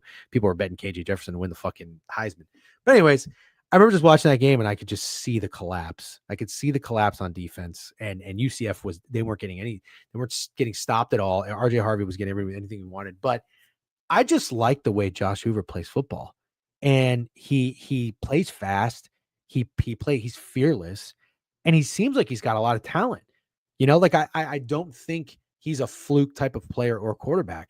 Now, I don't know anything else about the TCU team. Obviously, before I make my decisions, I'm going to go and research a little bit more. But even still, you know, guys coming back or players from transfer portals, I don't know shit. So I think I want to bet on TCU some way, somehow. I'm not saying like Josh Hoover to win the fucking Heisman or anything like that. I'm not even saying necessarily to win the Big 12. They're 8-1. They're right outside this tier of like 5 teams, the Baylors and Texas Tech or whatever. But are you, as a TCU alum, are you high on them? And also, two-part question. I don't even know where do people stand on the team? Like, what are TCU fans saying? Is there excitement on this campus, or is everybody kind of like, nah, you know, the Big 12's got some top teams in it now that are supposed to be pretty good, and we're going to be on the outside looking in? if you're asking what the fans are saying, it's pretty split. Like there's optimism, but I guess cautious optimism a little bit. But it seems that like TCU, like they did the same thing as Baylor. Like a lot of people love Baylor, rightfully so, because of what they did the second half of the year. And it was with a little lighter of a schedule, sure. But TCU did the same exact thing. And they're kind of the story, I guess, that gets not talked about as much in the Big 12, how good they were in the second half of the year. And I was the first one to say first half of the year that they were going to come out looking god awful, and they did. That SMU game was an embarrassment, and I was putting my meat on table for SMU in that game for a while. I had like a POD of Houston's team total after getting shut out 2 games in a row, and they went to play TCU and beat them as big dogs on the road. So like the beginning of the year, they were bad, and I can tell you why, because the defense, it was the first year of Andy Avalos, the DC, but they're admittedly like play calling scared because the pass rush wasn't good. They were trying to do stuff to generate pressure, but they didn't trust their secondary enough. But by the end of the year, the secondary is one of the better ones in the Big 12. I think they came away with like the second greatest. Like I saw PFF slurping them the other day. They're like the second greatest across the board with like every single grade.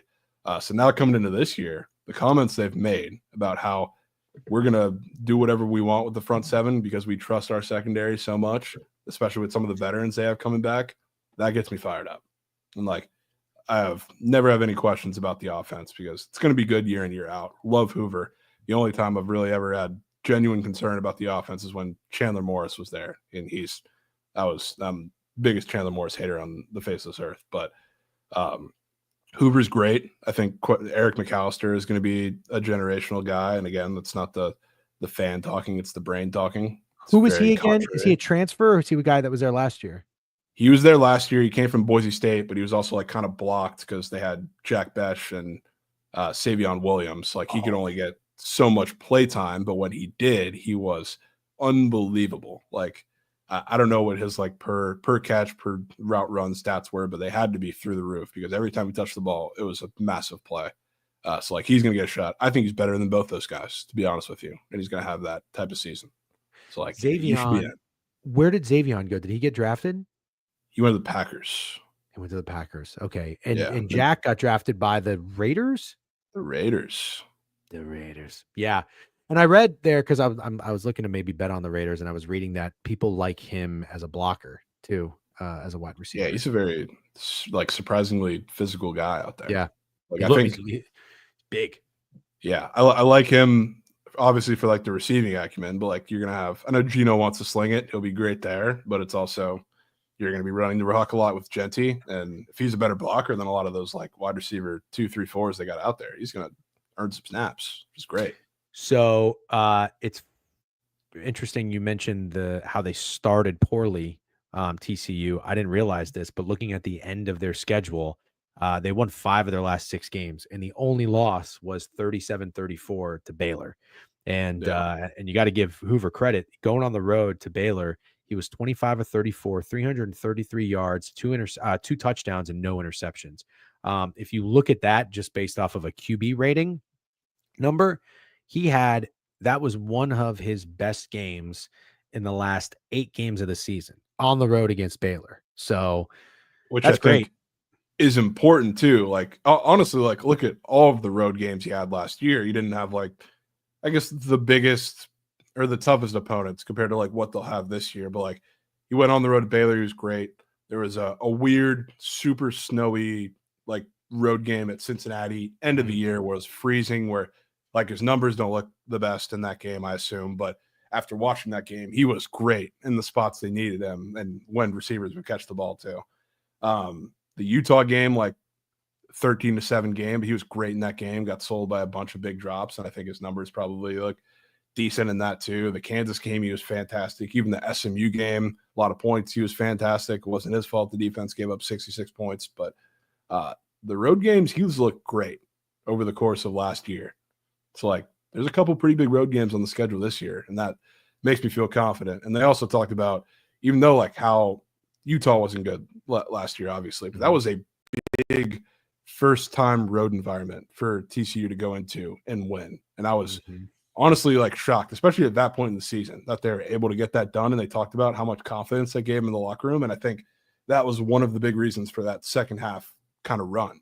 So like now when you have big road games on the schedule this year. Like you got to go to Arizona State for the first time, which is a big one. You got UNC obviously to start the season. You got to go back to Kansas State, which Hoover, I think this was his first start 2 years ago. It was like 42-3, worst performance he's had easily of all of his career so far, and they're horrid and they got pumped. Go back for some revenge. Like you got big road games on the schedule that seem a little more daunting than I think they should. So this is kind of important. How do you think they're going to open up the season at North Carolina? I don't know anything about North Carolina, but obviously it's going to be super hype because it's Bill Belichick first game. I mean, I personally think this has got to be a nightmare of an opponent for Bill Belichick in a brand new North Carolina team when you've got a quarterback like Josh Hoover coming in, who is a sophomore, had a full year of experience, and seems to probably have some swagger and some confidence. So do you like TCU in that game week 1? Incredibly confident in them Okay. that game too, Okay. which it's tough to say. Like, I guess that if you were to look at it from a different perspective, because like there's so much unknown with UNC, but I think they're going to go in there and beat them with some conviction. And again, that's the betting brain, not talking about the fan brain talking. And I was a little more nervous when this game was like UNC -2.5 for a while, and now it's already at the point where we're seeing TCU -3.5. Obviously, it's like July 31st, but weird line move against Bill, which I think is pretty odd. But 5.5 also points. Yeah, it's a lot. Big flip, especially in UNC. But Oh God. the theme, I guess, of this season is a lot of revenge for TCU, and I think it starts with this one because if you remember, the biggest mystery team in all of college football came into their house 2 years ago and smacked the shit out of them when they're 3-touchdown dogs in Colorado. Now you're going into a similar situation where you got to go on the road and do it, and this time you don't got Chandler Morris sitting behind center to kind of lead you through that. So, and you got a better defense, much better defense. So I think they beat him with the whole world to see, because that's also the standalone Monday night game. So I can't tell you how many times we're probably going to see the standalone Bill Belichick plus chicken once we get to that day. Oh God. Yeah, that's true. Very interesting. Although I will say this, it's not feeling like people are super high on Bill Belichick this year, which at I North think Carolina. you'd be surprised because, really? like, I think in like our Twitter circle, and again, I'm not just making this argument for the sake of this game, but this Twitter circle, I think people have kind of got their heads on straight. But in talking to like a lot of my non-TCU Alliance friends, like they are excited. I can't tell you how many texts I've gotten over the past couple weeks asking if I'm taking UNC win total from all of my friends that do not bet, but they ask me when they do make a bet. That is the one that I've repeatedly heard. So I think you'll be surprised, especially by the time we get to week 1, about that. Yeah. I mean, look, there's a lot of different universes out there in the sports betting world, but I listen to the old heads at VSiN too, and I am shocked that there aren't more people making a case for Bill Belichick in year 1. And I think the problem is probably the fucking girlfriend is like adding a negative element to Bill Belichick. But yeah, I was shocked because I was like, I don't like Bill Belichick. And oh my God, they got this guy who used to work for VSiN, Mike Lombardi, to go be like their GM, basically, like the head of the fucking roster. And I don't think that guy is going to be very good in college either. So I'm like, I want to fade the shit out of him. But it kind of feels like everybody that comes on VSiN wants to fade them. So fair enough. Regardless, I like TCU in week 1. I'm just curious. I'm looking at the schedule. You can only allow 5 losses. I thought it was interesting they're 6.5. But now that I look at the schedule, I get why they're 6.5. The over on FanDuel is heavily juiced. It's like -160, but 5 losses. So I'm just going to throw out 5 of the best opponents that they're playing essentially. Let's just say they lose at Arizona State, they lose at Kansas State, they lose to Baylor, they lose to Iowa State. I mean, the 5th loss would have to come from SMU, West Virginia, BYU, Cincinnati, or Houston essentially. I think this team's going over 6.5 wins. Yeah, and SMU, for what it's worth, too. I was talking about the whole season's about revenge right now. SMU not only beat them 66-42 last year, but ran up the score. Sonny Dykes got ejected at SMU. I think this was like mid-3rd quarter, and it was, I mean, I talked a lot of shit, rightfully so. It's a big rivalry, and they're going back to TCU. This is the last game that's going to be played in the series. They are not losing to SMU. They also are not losing to Baylor, which I think that's one of the bigger games of the schedule. I think And frankly, I think they're taking one of those road games against Arizona State or Kansas State. Feel probably a little better about Kansas State. And that's not an anti-Avery Johnson thing. But I think in these bigger games, they're going to be in better spots than people give them credit for. I'm almost more scared, especially like if you talk about the home games, like the Baylor and Iowa State ones I feel great about. I'm a little more scared about them going to BYU for the first time, if anything, especially later in the season. It's like that's the road trip that I think could sneak up on somebody and really scare them, especially in mid-November. Okay. All right. Well, I like TCU. I added it to my board. It took me 2 markers to go through, and but I got it. All right. Last team I want to talk to you about, Jovan, and then we'll wrap it up. Thank you again for your time. I really appreciate it. Iowa State, you put me on them last year. They came through. I loved Rocco Becht. Loved them. Yeah. I don't know how you feel so much so about him or the team this year, but I am just curious.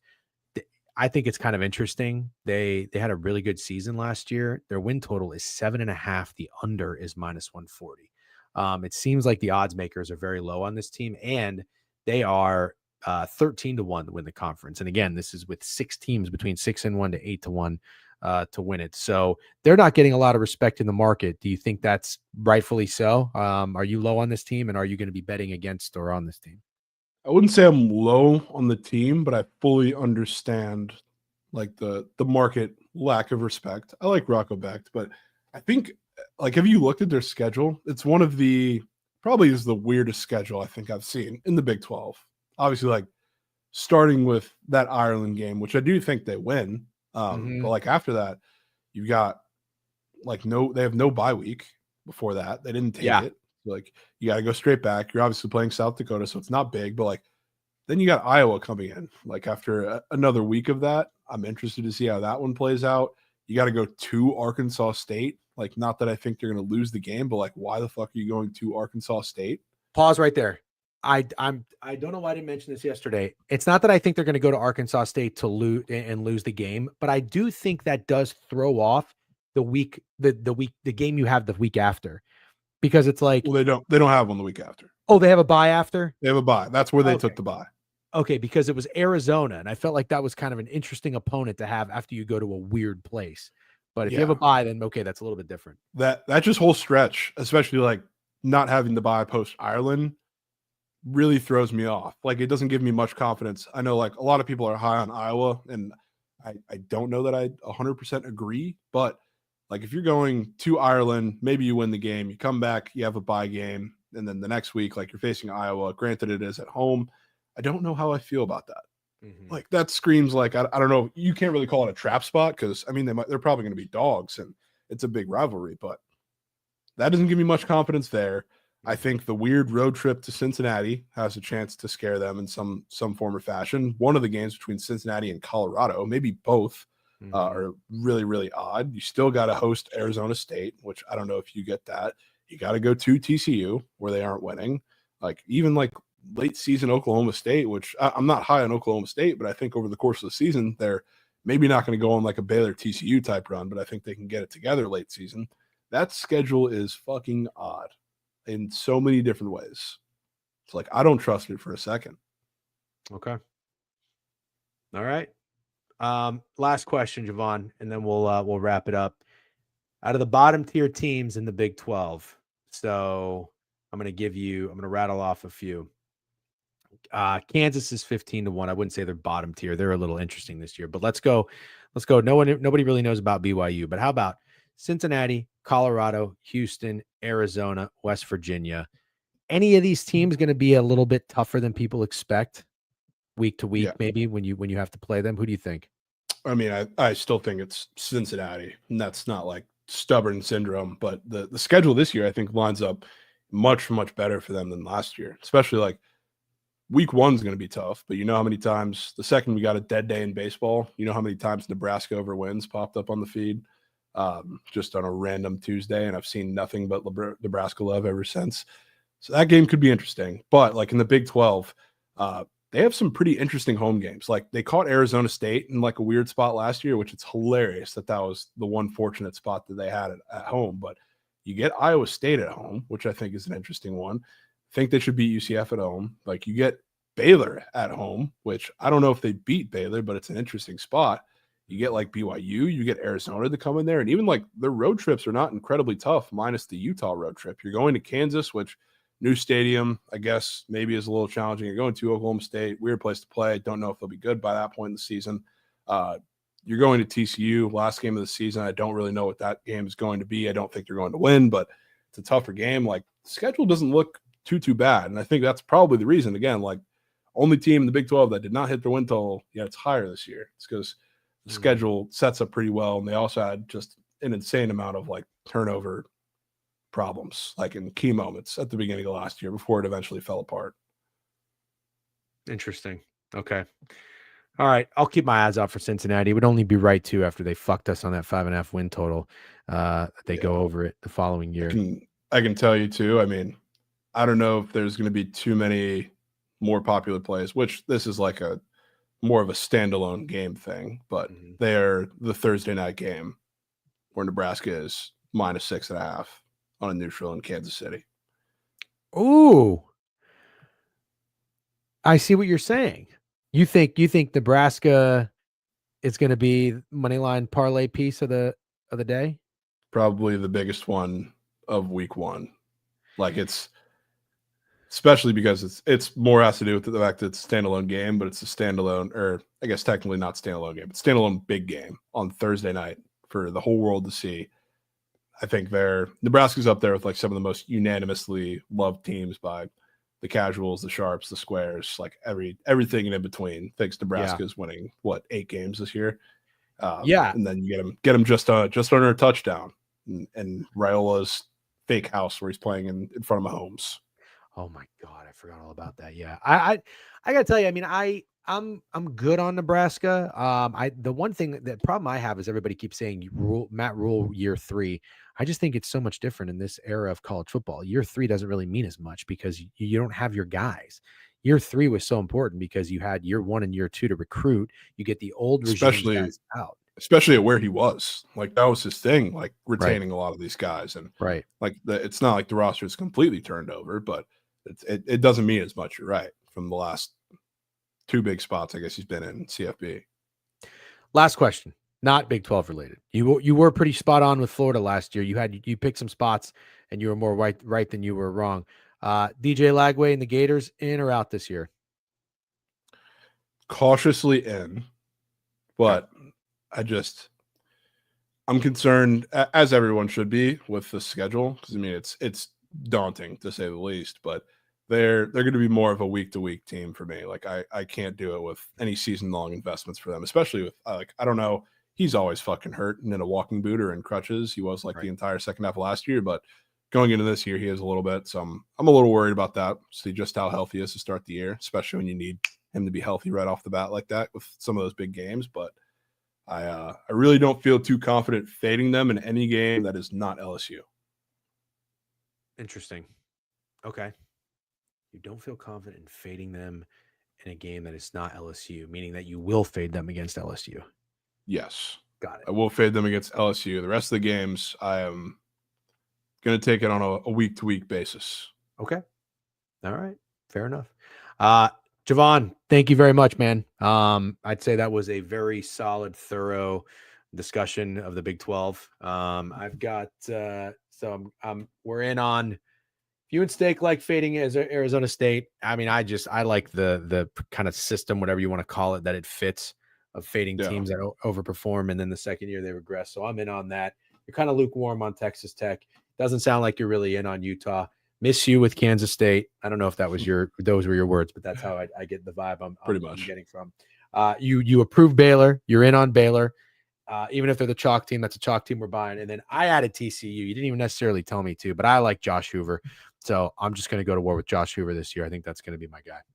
Yeah, I think the way I'm going into it with the Big 12, because, I mean, there's so many teams that can do it. I don't think you're getting a 2022 TCU run type team out of this conference. I think a lot of the teams are going to be good, but you're not necessarily going to see it in the records at the end of the year. Like when we were doing our segment for like the playoff, like I put TCU in there as what I think could be the Big 12 champion.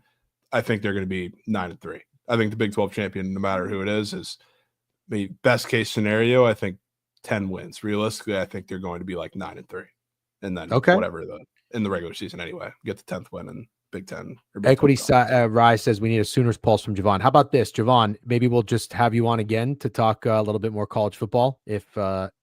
your schedule permits. Definitely down, but quick word for that one, no. Yeah, I don't really think I think I'm out on Venables. I'm just out. I'm out on Mateer. Oh yeah, I don't know anything about Mateer. I don't know anything about him. He's one of those big spread style quarterbacks at Washington State. I mean, anytime he had a big, like, was outmatched on the offensive line, like, he looked lost. Like, go watch that Boise State game, and okay, you'll see some of John Mateer. Okay, are you a fantasy guy? I think yes, right? Oh yeah, huge. Yeah, we're gonna do more fantasy talk. That's something that we kind of neglected last year, and I feel like I just forget. I'm not the biggest fantasy football guy, but people love fantasy football, so we got to give them what they want. But yeah, we'll have Jovan back on for sure, and make sure if you guys don't already follow Jovan on Twitter at Jovan_Deeb, and then on the Bookit Sports Twitch channel, Behind the Lines every weekday 12:30 Eastern Standard. Jovan, thank you very much for the time, man. I appreciate it, and best of luck. We'll talk to you soon. Yep, appreciate you having me on. Of course. All right, take it easy, man. No Behind the Lines today, though. Krabs is, I think he's traveling, right? And then, but I imagine they'll probably resume tomorrow. We'll be on happy hour tonight. I think I've told you guys this ad nauseum, but I'm going to keep telling you because a lot of people miss things or come in late. Don't pay attention, whatever you want to call it. That's fine. I'm going to send you the link one more time. We're going to be live at 4:30 p.m. Eastern Standard. Here it is. Bang. Go click that. Oh, he's at Commander's Camp. That's fun. Yeah. Thank you to Jovan, by the way. W's for Jovan in the chat. I see that we do have Hangman redeemed. So I hope Steak is in here. Can be like, oh, you're a dictator. You're a dictator. Why don't you ever play Hangman? You're a dictator. Legma. All right. We're going to play fucking Hangman because now is the appropriate time to play Hangman. We got done what we needed to get done. I'm in. Josh Hoover, I'm in. Dan Pierre, you're kind of scaring me. You got picks with D saying he's not really into him. Javon saying he's not really into him. As much as I still respect Steak's opinion, I might just stay off Utah. And then, but I'm in on fading Arizona State and Kansas State. So yeah, well, this will all be in the newsletter, by the way. Make sure you subscribe to the newsletter. Also, on that note, now that I think about it, can you guys hear me when I talk? When I talk, but I'm looking this way. Like right now, can you hear me? Say yes or no if you can hear me, please. Say yes or no if you can hear me. Can you hear me when I'm doing this? Can you hear me?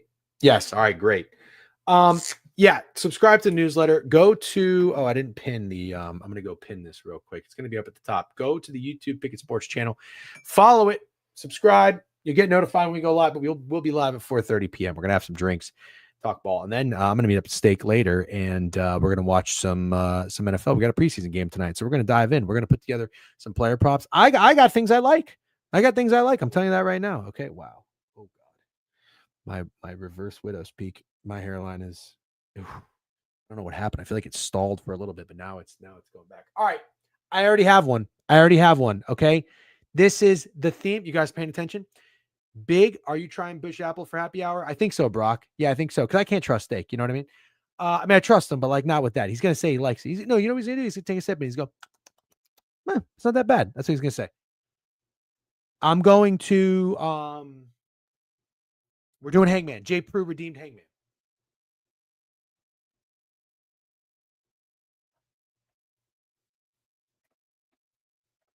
I think I have a good one. This is Big 12 bus.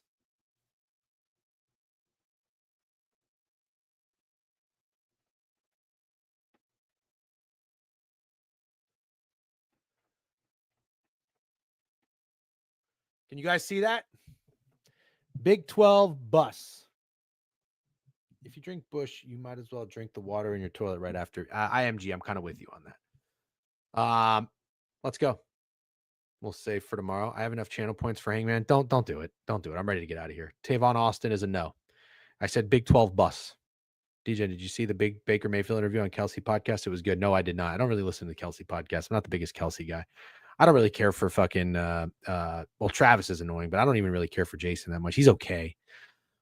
A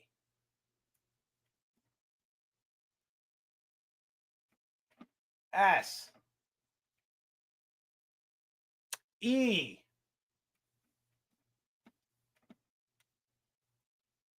I don't either, but I tuned in. Oh, I think he's got it.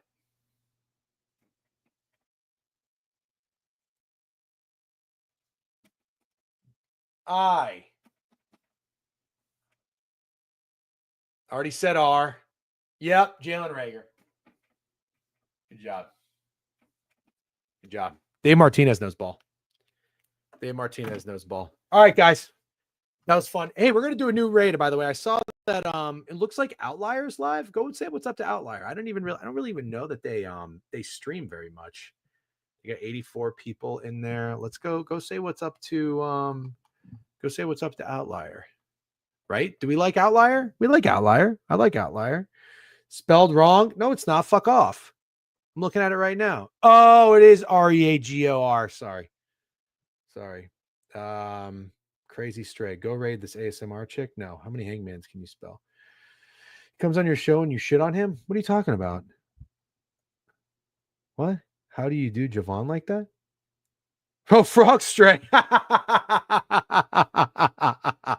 No. That's not a Frog Stray. Oh, should I do Snowman? All right, I'll do Snowman instead. Yeah, go say what's up to Snowman. Snowman's good people. Also, Snowman's been on fucking fire, dude. What I would give to hit a fucking $20,000 parlay right now. What I would give to hit a fucking $50 bet. I just want to go 2-1. I'm not asking for much. Profit like 0.37 units. That's all I'm asking for. For the love of fuck.